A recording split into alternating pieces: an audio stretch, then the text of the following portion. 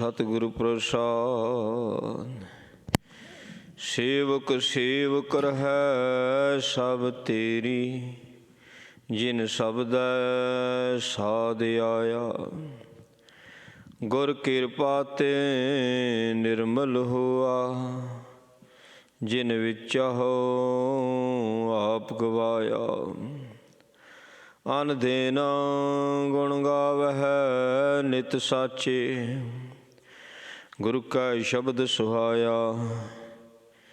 मेरे ठाकुर हम बारिक शरण तुम्हारी, एको सच्चा सच तू केवल आप मुरारी। रहाओ। जागत रहे तिनी प्रभ पाया, सब देहों में मारी।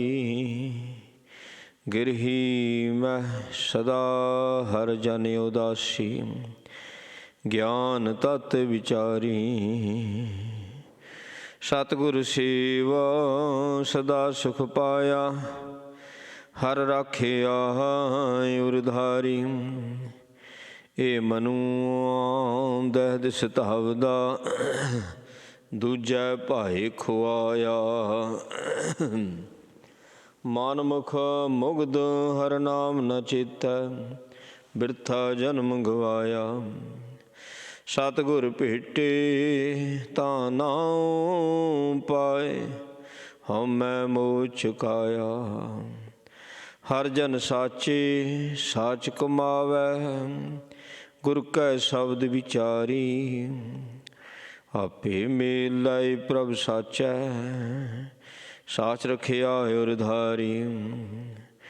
नानक नावह गत मत पाई, इहा रास हमारी। नानक नावह गत मत पाई, इहा रास हमारी। वाहिगुरु जी का खालसा, वाहिगुरु जी की फतेह। धन धन साहिब महाराज श्री गुरु ग्रंथ साहिब सच्चे पातशाह जी साहिबां दी पावन पवित्र हजूरी अंदर जुड़ बैठी गुरु दे प्यार वाली गुरु दी साजी नवाजी साध संगत जीओ। गुरु साहिब जी ने अपार मेहर कृपा रहमत कीती है। अमृत वेले तो नितनेम दियां बाणियां दे जाप होए। आशा जी दी वार दे कीर्तन सरवण कीते ने। उपरंत लड़ीवार शब्द दी कथा जो कि हर रोज़ गुरु चरनां विच बैठ के आपां सरवण करते हैं। साहिब महाराज सच्चे पातशाह जी ने सानूं वडभागा समा बख्शिया है। ये पावन शब्द सोरठ रागणी विच महला तीजा तीसरे पातशाह जी का उचारण किया है। घर पहला पहले घर विच इसनूं गायन करन दा हुक्म है। पहलों मंगल है बीज मंत्र इक ओंकार सतगुरु प्रसाद। परमात्मा एक है, ओं प्रकाशक है, कार एक रस है। ओं रजो तमो सतो जो तीन गुण ने, कार उन्हां दे उत्ते उहदा हुक्म है एक दा। वो सत है, उसका ज्ञान सत है, ते सत दा ज्ञान वो कराउंदे ने। सत दी प्राप्ति जिहड़ी है वो गुरु दी किरपा दे नाल हुंदी। सतगुर प्रसाद। सेवक सेवक रहै सब तेरी, जिन शब्द साध आया। जिन्हां नूं तेरे शब्द दा आनंद आउंदा ना, रस आउण लग पैंदा है, वो फिर जिहड़े सेवादार सेवक हुंदे ने तेरी सेवा करते ने। जिन्ना चिकर रस नहीं आउंदा उन्ना चिकर सेवा नहीं हुंदी। जदों आनंद बनदा मन प्रसन्न हुंदा फिर सेवा हुंदी है। गुर किरपा ते निर्मल हुआ, ਜਿਨ ਵਿੱਚੋਂ ਆਪ ਗਵਾਇਆ। ਗੁਰੂ ਦੀ ਕਿਰਪਾ ਦੇ ਨਾਲ ਹੀ ਸੇਵਾ ਹੁੰਦੀ ਹੈ, ਅਤੇ ਗੁਰੂ ਦੀ ਕਿਰਪਾ ਦੇ ਨਾਲ ਹੀ ਵਿੱਚੋਂ ਹਉਮੈ ਜਾਂਦੀ ਹੈ। ਸੇਵਾ ਕਰਦਿਆਂ ਹਉਮੈ ਚਲੀ ਜਾਵੇ, ਮਹਾਰਾਜ ਸੱਚੇ ਪਾਤਸ਼ਾਹ ਕਹਿੰਦੇ ਮਨ ਨਿਰਮਲ ਹੋ ਜਾਂਦਾ ਹੈ, ਮਨ ਪਾਵਨ ਪਵਿੱਤਰ ਹੋ ਜਾਂਦਾ, ਇਹ ਜੀਉ ਨਿਰਮਲ ਹੋ ਜਾਂਦਾ। ਕਹਿੰਦੇ ਅਨ ਦੇਨ ਗੁਣ ਗਾਵਹਿ ਨਿਤ ਸਾਚੇ, ਗੁਰ ਕੈ ਸ਼ਬਦ ਸੁਹਾਇਆ। ਜਿਹੜੇ ਸੇਵਕ ਹੁੰਦੇ ਨੇ ਉਹ ਦਿਨ ਰਾਤ ਸੇਵਾ ਕਰਦੇ ਨੇ, ਬਾਣੀ ਪੜ੍ਹਦੇ ਨੇ, ਨਾਲੇ ਸੇਵਾ ਕਰੀ ਜਾਣੀ, ਨਾਲੇ ਬਾਣੀ ਪੜ੍ਹੀ ਜਾਣੀ, ਸਿਮਰਨ ਕਰੀ ਜਾਣਾ। ਅਤੇ ਫਿਰ ਬਾਣੀ ਦੀ ਵਿਚਾਰ ਦੁਆਰਾ ਉਹ ਆਪਣੇ ਆਪ ਨੂੰ ਸੋਭਨੀਕ ਬਣਾਉਂਦੇ ਨੇ, ਸਵਾਰ ਲੈਂਦੇ ਨੇ। ਕਿਵੇਂ ਸਵਾਰਦੇ ਨੇ? ਬੁਰਾਈਆਂ ਨੂੰ ਕੱਢ ਦੇਣਾ, ਚੰਗਿਆਈਆਂ ਨੂੰ ਲੈ ਲੈਣਾ, ਇੱਦਾਂ ਹੀ ਸਵਾਰਿਆ ਜਾਂਦਾ। ਸੋ ਸ਼ਬਦ ਦੀ ਵਿਚਾਰ ਦੇ ਨਾਲ ਪਤਾ ਲੱਗਦਾ ਵੀ ਮੇਰੇ ਵਿੱਚ ਕਿਹੜੀ ਬੁਰਾਈ ਹੈ, ਅਤੇ ਸ਼ਬਦ ਦੀ ਵਿਚਾਰ ਦੇ ਨਾਲ ਚੰਗਿਆਈ ਦਾ ਪਤਾ ਲੱਗਦਾ। ਪਰਖ ਵਾਲੀ ਬੁੱਧ ਪ੍ਰਾਪਤ ਹੋ ਜਾਂਦੀ ਹੈ, ਜਿਹਨੇ ਵਿਵੇਕ ਬੁੱਧ ਕਿਹਾ। ਮਹਾਰਾਜ ਕਹਿੰਦੇ ਵਿਵੇਕ ਬੁੱਧ ਸਤਿਗੁਰ ਤੇ ਪਾਈ। ਜਿਹਨੂੰ ਵਿਵੇਕ ਬੁੱਧ ਦੀ ਪ੍ਰਾਪਤੀ ਹੋ ਜਾਂਦੀ ਹੈ ਅਤੇ ਉਹ ਫਿਰ ਆਪ ਗੁਣਾਂ ਨੂੰ ਕੱਢ ਦਿੰਦਾ ਅਤੇ ਗੁਣਾਂ ਨੂੰ ਗ੍ਰਹਿਣ ਕਰਦਾ ਹੈ ਸ਼ਬਦ ਦੁਆਰਾ। ਸ਼ਬਦ ਸੁਹਾਇਆ, ਸ਼ਬਦ ਦੁਆਰਾ ਉਹ ਸੋਭਨੀਕ ਹੋ ਜਾਂਦਾ ਹੈ। ਮੇਰੇ ਠਾਕੁਰ ਹਮ ਬਾਰਿਕ ਸ਼ਰਨ ਤੁਮਾਰੀ। ਹੇ ਮੇਰੇ ਮਾਲਕ, ਅਸੀਂ ਤਾਂ ਤੇਰੇ ਬੱਚੇ ਹੈ, ਤੂੰ ਸਾਡਾ ਪਿਤਾ, ਤੂੰ ਸਾਡੀ ਮਾਤਾ, ਅਸੀਂ ਤੇਰੇ ਬਾਲਕ ਹੈ, ਉਹ ਵੀ ਇਆਣੇ ਬੇਸਮਝ ਹਾਂ, ਪਰ ਅਸੀਂ ਤੇਰੀ ਸ਼ਰਨ ਵਿੱਚ ਆ ਗਏ। ਜਿਵੇਂ ਬੱਚਾ ਜਦੋਂ ਮਾਂ ਬਾਪ ਦੇ ਕੋਲ ਹੁੰਦਾ ਅਤੇ ਬੱਚੇ ਨੂੰ ਫਿਕਰ ਨਹੀਂ ਕੋਈ ਹੁੰਦਾ, ਨਾ ਕਿਸੇ ਦਾ ਡਰ ਹੈ, ਨਾ ਕੋਈ ਚਿੰਤਾ, ਨਾ ਕੋਈ ਫਿਕਰ, ਕਿਉਂਕਿ ਮਾਂ ਬਾਪ ਦਾ ਬੜਾ ਸਹਾਰਾ ਹੈ, ਸੰਸਾਰਕ ਮਾਂ ਬਾਪ। ਅਤੇ ਇਹ ਤਾਂ ਸਤਿਗੁਰੂ ਜੀ ਜਦੋਂ ਮਾਂ ਬਾਪ ਬਣਦੇ ਹੈ, ਸੁਭਾਵ ਇਹ ਸਮਝਦਾ ਵੀ ਇਹ ਮੇਰੇ ਮਾਂ ਬਾਪ ਨੇ ਸਤਿਗੁਰੂ ਜੀ, ਅਤੇ ਇਹ ਤਾਂ ਦੋ ਜਹਾਨਾਂ ਦੇ ਵਾਲੀ ਨੇ, ਫਿਰ ਹਰ ਇੱਕ ਜਗ੍ਹਾ ਮੌਜੂਦ ਨੇ, ਸਰਬ ਕਲਾ ਸਮਰੱਥ ਨੇ, ਅਤੇ ਫਿਰ ਉਹਨਾਂ ਨੂੰ ਫਿਰ ਕਿਸੇ ਗੱਲ ਦਾ ਕਾਹਦਾ ਕੋਈ ਭੈ ਰਹਿ ਸਕਦਾ, ਕੋਈ ਡਰ ਨਹੀਂ, ਕੋਈ ਭੈ ਨਹੀਂ ਹੁੰਦਾ। ਅਸੀਂ ਬੱਚੇ ਹਾਂ, ਤੇਰੀ ਸ਼ਰਨ ਦੇ ਵਿੱਚ ਹਾਂ। ਇੱਕੋ ਸੱਚਾ ਸੱਚ ਤੂੰ, ਕੇਵਲ ਆਪ ਮੁਰਾਰੀ। ਇਹ ਸਤਿਗੁਰੂ ਜੀ ਤੋਂ ਇਹ ਸੋਝੀ ਪ੍ਰਾਪਤ ਕੀਤੀ ਗੁਰਬਾਣੀ ਪਾਸੋਂ ਕਿ ਸੱਚਾ ਇੱਕੋ ਹੀ ਹੈ, ਉਹ ਆਪ ਹੀ ਮੁਰਾਰੀ ਹੈ। ਪਾਰ ਬ੍ਰਹਮ ਪਰਮੇਸ਼ਰ ਹੀ ਹੈ ਜਿਹੜਾ ਮੁਰ ਦੈਂਤ ਦਾ ਖਾਤਮਾ ਕਰਦਾ ਹੈ, ਹੰਕਾਰ। ਸਤਿਗੁਰੂ ਜੀ ਤੋਂ ਬਿਨਾਂ ਹੰਕਾਰ ਦਾ ਖਾਤਮਾ ਨਹੀਂ ਹੋ ਸਕਦਾ। ਸਾਰੀ ਸ੍ਰਿਸ਼ਟੀ ਜਿਹੜੀ ਹੈ ਹਉਮੈ ਦੇ ਵਿੱਚ ਹੀ ਗਰਸੀ ਪਈ ਹੈ, ਪਰ ਜਿੱਥੇ ਗੁਰੂ ਦੀ ਕਿਰਪਾ ਹੁੰਦੀ ਹੈ ਉਹਦੇ ਅੰਦਰ ਹਉਮੈ ਖਤਮ ਹੋ ਜਾਂਦੀ ਹੈ। ਰਾਉ ਜਾਗਤ ਰਹੇ ਤਿਨੀ ਪ੍ਰਭ ਪਾਇਆ, ਸਭ ਦੇ ਹਉਮੈ ਮਾਰੀ। ਸੁਚੇਤ ਰਹਿਣਾ ਪੈਂਦਾ, ਸਾਵਧਾਨ, ਭਾਵ ਸੁਰਤੀ ਬਿਰਤੀ ਕਾਇਮ ਰੱਖਣੀ ਪੈਂਦੀ। ਧਿਆਨ ਦੇ ਨਾਲ ਬਾਣੀ ਨੂੰ ਵਿਚਾਰਨਾ, ਧਿਆਨ ਨਾਲ ਪੜ੍ਹਨਾ, ਧਿਆਨ ਨਾਲ ਸੇਵਾ ਕਰਨੀ। ਫਿਰ ਸ਼ਬਦ ਦੀ ਵਿਚਾਰ ਕਰਦਿਆਂ ਕਰਦਿਆਂ ਜਦੋਂ ਧਿਆਨ ਪਰਪੱਕ ਹੁੰਦਾ ਹੈ, ਸਭ ਤੋਂ ਪਹਿਲਾਂ ਦੀ ਹਉਮੈ ਖਤਮ ਹੁੰਦੀ ਹੈ। ਜਦੋਂ ਹਉਮੈ ਖਤ ਗਏ ਨਾ, ਖਤਮ ਹੋ ਗਏ, ਫਿਰ ਅੰਦਰੋਂ ਸੰਪੂਰਨ ਰੂਪ ਦੇ ਵਿੱਚ ਜਾਗਦਾ।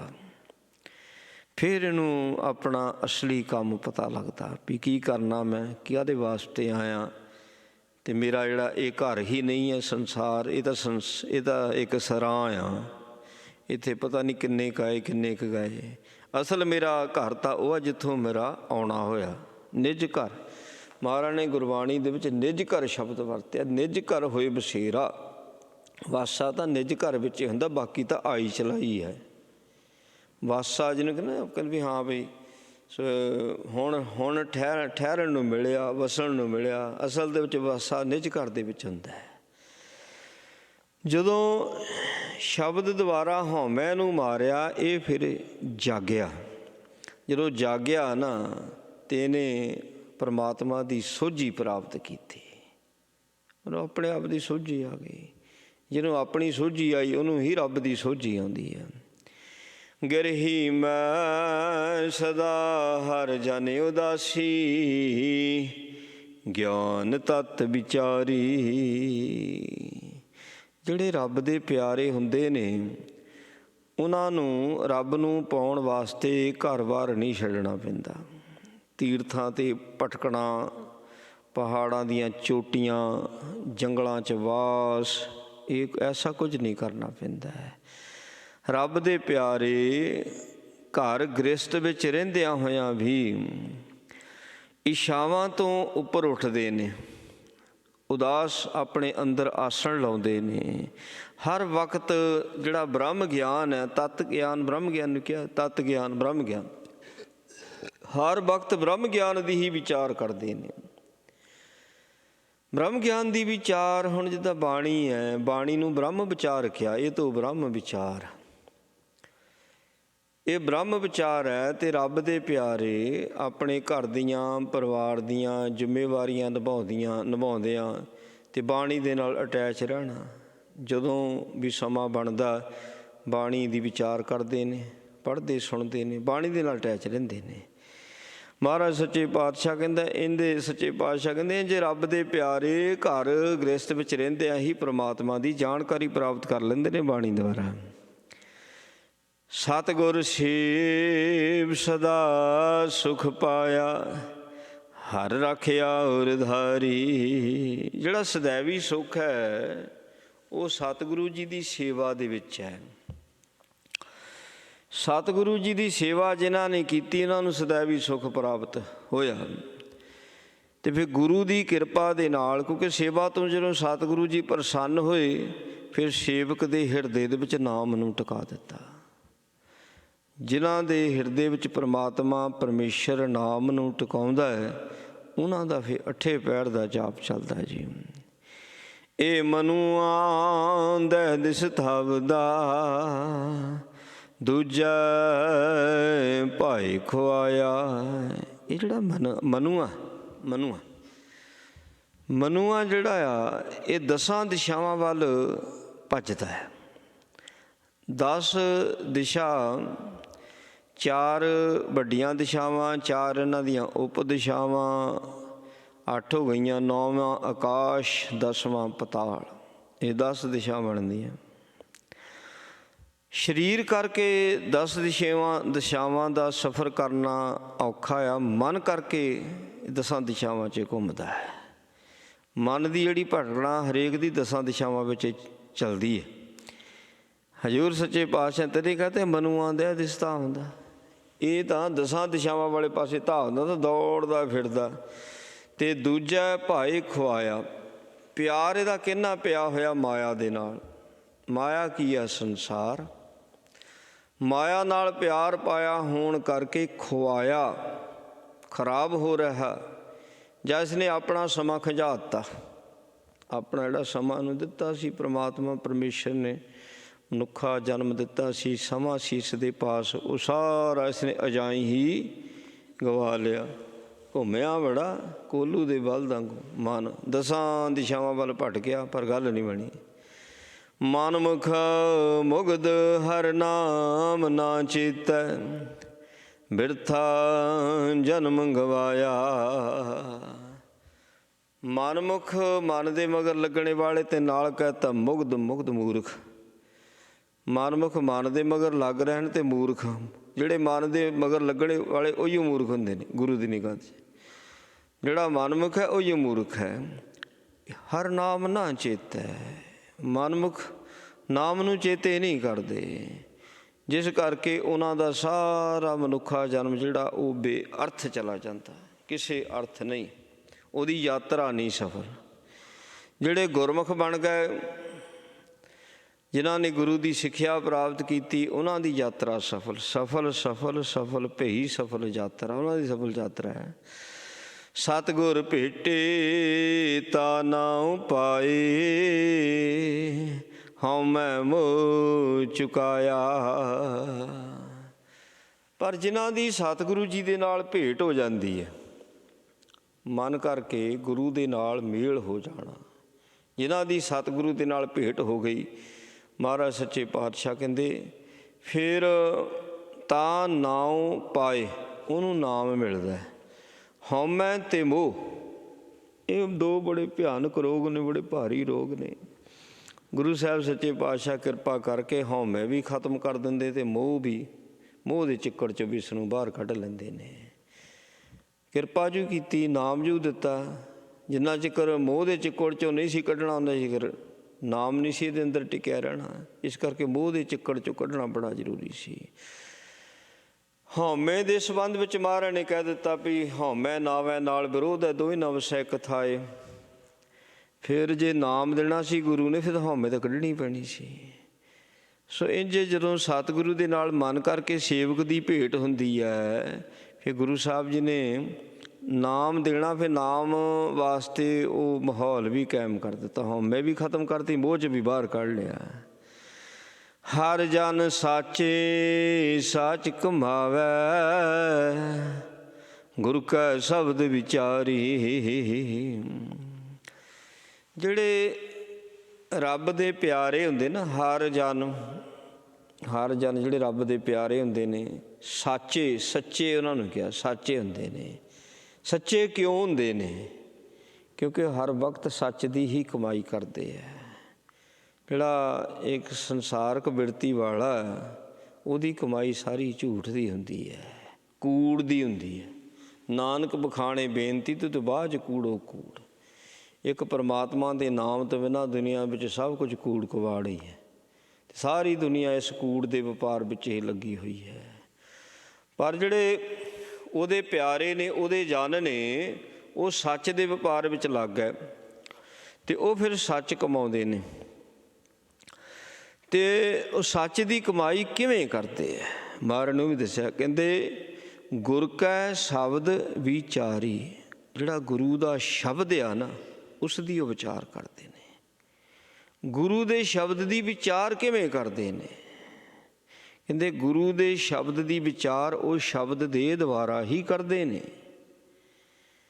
ਸੁਭਾਵ ਜਿਵੇਂ ਸਾਨੂੰ ਕਿਸੇ ਪੰਕਤੀ ਦੀ ਸੋਝੀ ਨਹੀਂ ਆ ਰਹੀ, ਮੰਨ ਲਓ ਪੰਕਤੀ ਆ, ਸਾਡੀ ਸਮਝ ਵਿੱਚ ਨਹੀਂ ਆਉਂਦੀ ਵੀ ਪੰਕਤੀ ਦਾ ਅਰਥ ਕੀ ਹੋ ਸਕਦਾ, ਔਰ ਗੁਰਬਾਣੀ ਦੇ ਵਿੱਚ ਹੀ ਉਸ ਸ਼ਬਦ ਦਾ ਅਰਥ ਹੁੰਦਾ ਹੈ। ਉਹ ਗੁਰਬਾਣੀ ਵਿੱਚ ਹੀ ਹੈ। ਇਸ ਸ਼ਬਦ ਦੁਆਰਾ ਗੁਰਬਾਣੀ ਨੂੰ ਸਮਝਣਾ। ਹੋਰ ਬਾਹਰਲੇ ਇੱਧਰ ਉੱਧਰਲੀਆਂ ਮਿਸਾਲਾਂ ਲੱਭਣ ਦੀ ਸਾਨੂੰ ਕੋਈ ਲੋੜ ਨਹੀਂ। ਗੁਰਬਾਣੀ ਦੇ ਵਿੱਚ ਉਹੀ ਗੁਰਬਾਣੀ ਦੀ ਸੋਝੀ ਸਾਨੂੰ ਪ੍ਰਾਪਤ ਹੋ ਜਾਂਦੀ ਹੈ। ਆਪੇ ਮੇਲ ਲਾਈ ਪ੍ਰਭ ਸਾਚਾ, ਸੱਚ ਰਖਿਆ ਔਰ ਧਾਰੀ। ਬਸ ਜਿਨ੍ਹਾਂ ਨੇ ਆਪਣੇ ਹਿਰਦੇ ਦੇ ਵਿੱਚ ਸੱਚ ਨੂੰ ਟਿਕਾ ਕੇ ਰੱਖ ਲਿਆ, ਟਿਕਾਉਂਦਾ ਤਾਂ ਗੁਰੂ ਹੀ ਹੈ। ਗੁਰੂ ਦੇਖਦਾ ਵੀ ਹਾਂ ਵੀ ਹੁਣ ਇਹਦਾ ਹਿਰਦਾ ਜਿਹੜਾ ਸਾਫ਼ ਹੈ, ਪਵਿੱਤਰ ਹੈ, ਨਿਰਮਲ ਹੈ, ਅਤੇ ਹੁਣ ਇਸ ਦੇ ਅੰਦਰ ਨਾਮ ਜਿਹੜਾ ਉਹ ਟਿਕ ਸਕਦਾ, ਸੱਚ ਟਿਕ ਸਕਦਾ। ਫਿਰ ਗੁਰੂ ਕਿਰਪਾ ਕਰ ਦਿੰਦਾ ਆਪ ਹੀ, ਫਿਰ ਸੱਚ ਨੂੰ ਉਹ ਟਿਕਾ ਦਿੰਦਾ।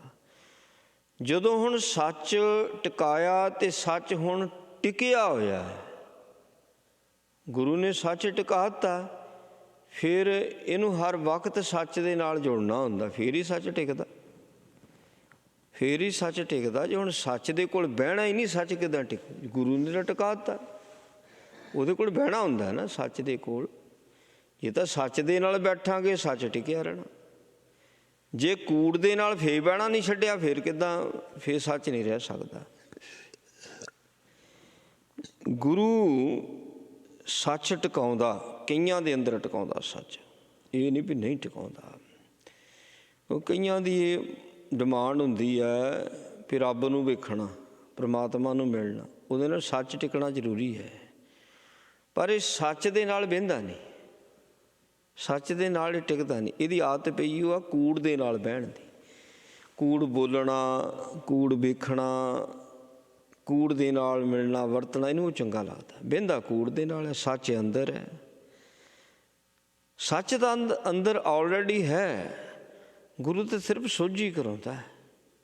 ਗੁਰੂ ਜਿੱਦਾਂ ਕਸਤੂਰੀ ਹੁੰਦੀ ਨਾ ਹਰਨ ਦੇ ਅੰਦਰ, ਅਤੇ ਉਹਨੂੰ ਸੋਝੀ ਨਹੀਂ ਹੁੰਦੀ, ਇਸੇ ਕਰਕੇ ਭਟਕਦਾ। ਜਿਹੜੇ ਸੱਚ ਦੀ ਭਾਲ ਕਰਦੇ ਪਏ ਨੇ ਉਹਨਾਂ ਨੂੰ ਸੋਝੀ ਨਹੀਂ ਹੈ ਵੀ ਸੱਚ ਅੰਦਰ ਹੈ। ਜਦੋਂ ਪੂਰੇ ਗੁਰੂ ਦੇ ਨਾਲ ਮੇਲ ਹੁੰਦਾ ਤਾਂ ਪੂਰਾ ਗੁਰੂ ਸੋਝੀ ਕਰਾਉਂਦਾ ਵੀ ਸੱਚ ਤਾਂ ਅੰਦਰ ਹੈ, ਫਿਰ ਉੱਥੇ ਨਾਲ ਬਹਿਣਾ ਹੁੰਦਾ ਹੈ ਸੱਚ ਦੇ ਨਾਲ। ਸੋ ਆਪਣਾ ਵਾਸਤਾ ਰੱਖਣਾ ਪੈਂਦਾ। ਜੇ ਸੱਚ ਦੇ ਨਾਲ ਨਹੀਂ ਬੈਠਾ ਅਤੇ ਫਿਰ ਮਹਾਰਾਜ ਸੱਚੇ ਪਾਤਸ਼ਾਹ ਕਹਿੰਦੇ ਫਿਰ ਨਹੀਂ ਇਸ ਨੂੰ ਗੁਰੂ ਦੀ ਪੂਰੀ ਖੁਸ਼ੀ ਪ੍ਰਾਪਤ ਹੋ ਸਕਦੀ। ਜਿਹੜੇ ਸੱਚ ਦੇ ਨਾਲ ਬਹਿੰਦੇ ਨੇ ਉਹਨਾਂ ਦੀ ਗੱਲ ਕਹਿੰਦੇ ਫਿਰ ਪ੍ਰਮਾਤਮਾ ਉਹਨਾਂ ਨੂੰ ਆਪਣੇ ਨਾਲ ਅਭੇਦ ਕਰ ਲੈਂਦਾ। ਹਰ ਮੇਲ ਲਾਏ ਉਹਨੂੰ ਹੀ ਮਿਲਦਾ ਜਿਹੜਾ ਸੱਚ ਨਾਲ ਟਿਕਦਾ। ਮਹਾਰਾਜ ਕਹਿੰਦੇ ਸੱਚੇ ਦੀ ਸਭਾ ਵਿੱਚ ਸਚਿਆਰ ਪ੍ਰਵਾਨ ਹੈ, ਉੱਥੇ ਕੂੜਿਆਰ ਨਹੀਂ ਪ੍ਰਵਾਨ, ਉੱਥੇ ਕੂੜਿਆਰ ਨਹੀਂ ਸਚਿਆਰ ਜਿਹੜੇ ਹੋਗਾ ਉੱਥੇ ਪ੍ਰਵਾਨ ਹੋ ਜਾਂਦੇ ਨੇ। ਸਚਿਆਰ ਕੌਣ ਹੁੰਦਾ? ਜਿਹੜੇ ਸੱਚ ਨੂੰ ਅੰਦਰ ਟਿਕਾ ਕੇ ਰੱਖਦੇ ਨੇ, ਅਤੇ ਫਿਰ ਪ੍ਰਮਾਤਮਾ ਨੂੰ ਆਪਣੇ ਵਿੱਚ ਅਭੇਦ ਕਰਦਾ ਹੈ।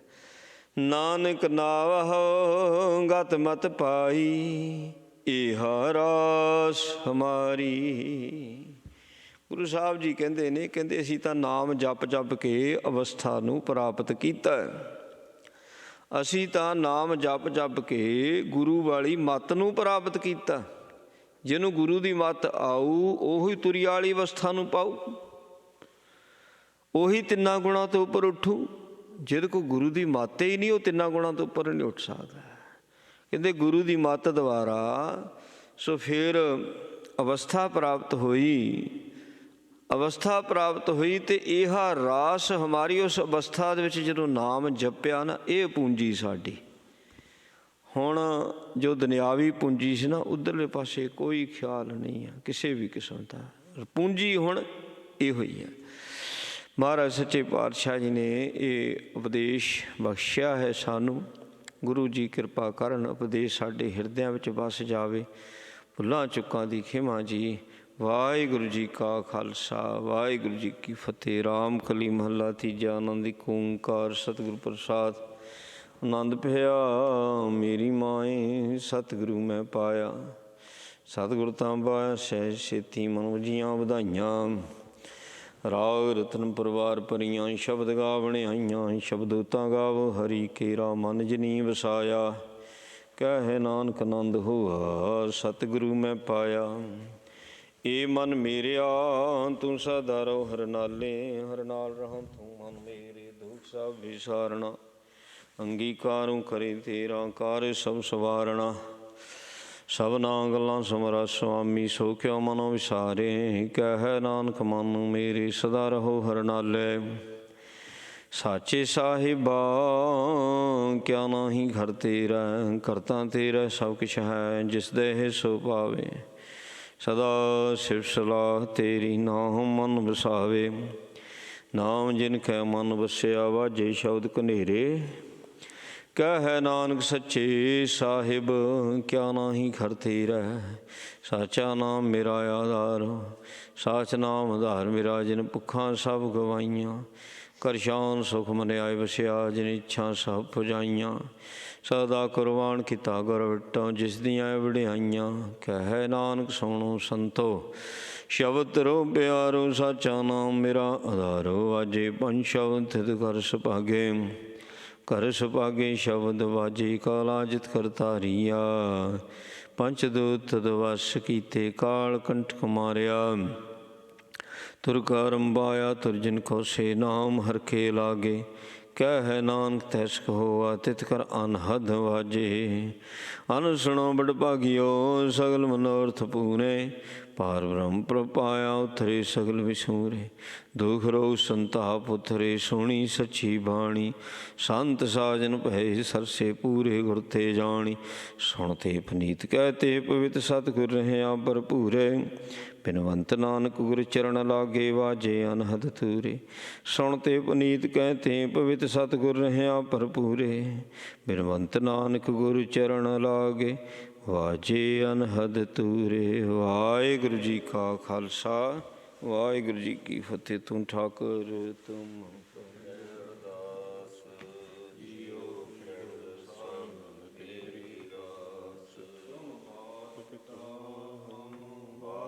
ਤੇਰੇ ਤੁਮਰੀ ਕਹਿ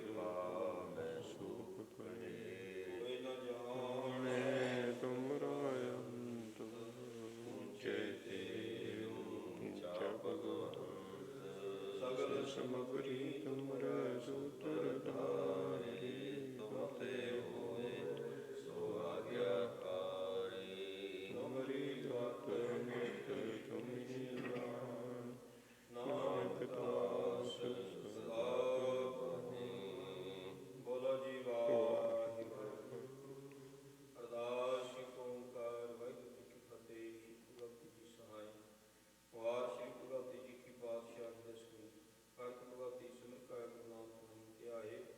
ਫਿਰ ਅੰਗਦ ਵਰਤੇ ਅਵਦਾਸ ਰਾਮਦਾਸਾਂ ਹੋਈ ਸਹਾਏ। ਹਰਿ ਜਨ ਹਰਿ ਗੋਬਿੰਦ ਨਾਮ ਸਿਮਰੋ ਸ਼੍ਰੀ ਹਰਿ ਰਾਏ।